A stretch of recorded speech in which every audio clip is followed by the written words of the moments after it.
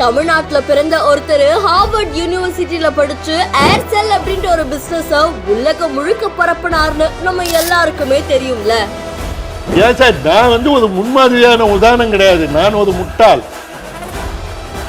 700 கோடியில பிளேன், தனக்குன்னு ஒரு ஐலாண்ட், பல நாட்டு மக்களை சந்திச்ச இவர் தன்னை ஏன் ஒரு முன்னுதாரணமா எடுத்துக்காதீங்கன்னு சொல்றாரு?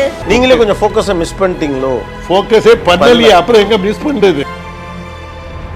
இவரோட நிறுவனத்துல வெறும் 300 ரூபாய் சம்பளத்துக்கு வந்த ஒரு பெண்மணிக்கு 25 லட்சம் கொடுத்தது மட்டும் இல்லாம இப்போ அவங்க 5 கோடி ரூபாய் வரைக்கும் வருவாய் ஈட்டுறதுக்கு உதவியா இருந்த சி சிவசங்கரன் அவர்கள் பத்தி தான் நிறைய விஷயம் தெரிஞ்சுக்க போறோம்.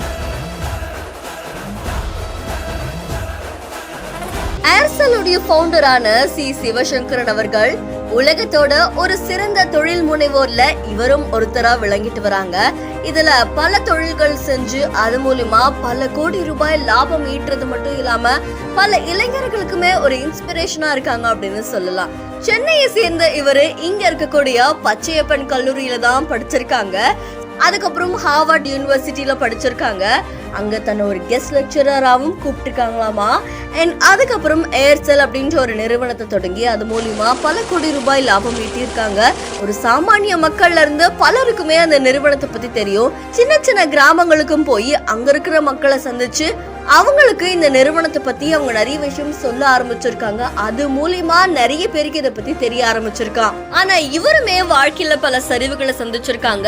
2006ல இந்த ஏர்செல் நிறுவனத்துடைய 74% பங்குகளை மலேசிய நிறுவனமான மேக்சிஸ் அப்படின்ற நிறுவனத்துக்கு வித்திருக்காங்க. ஆனா 2011ல அந்த ஒப்பந்தம் பெரிய சர்ச்சைக்குரியதா மாறினதால அவர் தன்னுடைய பங்குகளையும் விற்க வேண்டிய அழுத்தம் ஏற்பட்டிருக்கு. அதனால அவருக்கு 3400 கோடி ரூபாய் மட்டும்தான் கிடைச்சதாமா. அவருடைய ஆசை என்னவா இருந்துச்சு அப்படின்னா AT&T அப்படின்ற கம்பெனிக்கு $8 பில்லியன் அவர் அது விற்கிறதுக்கு முயற்சி பண்ணாங்களாமா. ஆனா அது முடியாம போச்சாம். அதுக்கப்புறம் ஒரு காஃபி பிசினஸ் ஸ்டார்ட் பண்ணாங்க. காஃபியை 10 ரூபாய்க்கு விற்க ஆரம்பிச்சாங்களாமா. அதை பத்தி நிறைய படிக்க ஆரம்பிச்சாங்களாமா. அந்த கம்பெனியை $100 மில்லியன் லவஸ் அப்படின்ற ஒரு கம்பெனிக்கு விற்பனை செஞ்சிருக்காங்களாமா.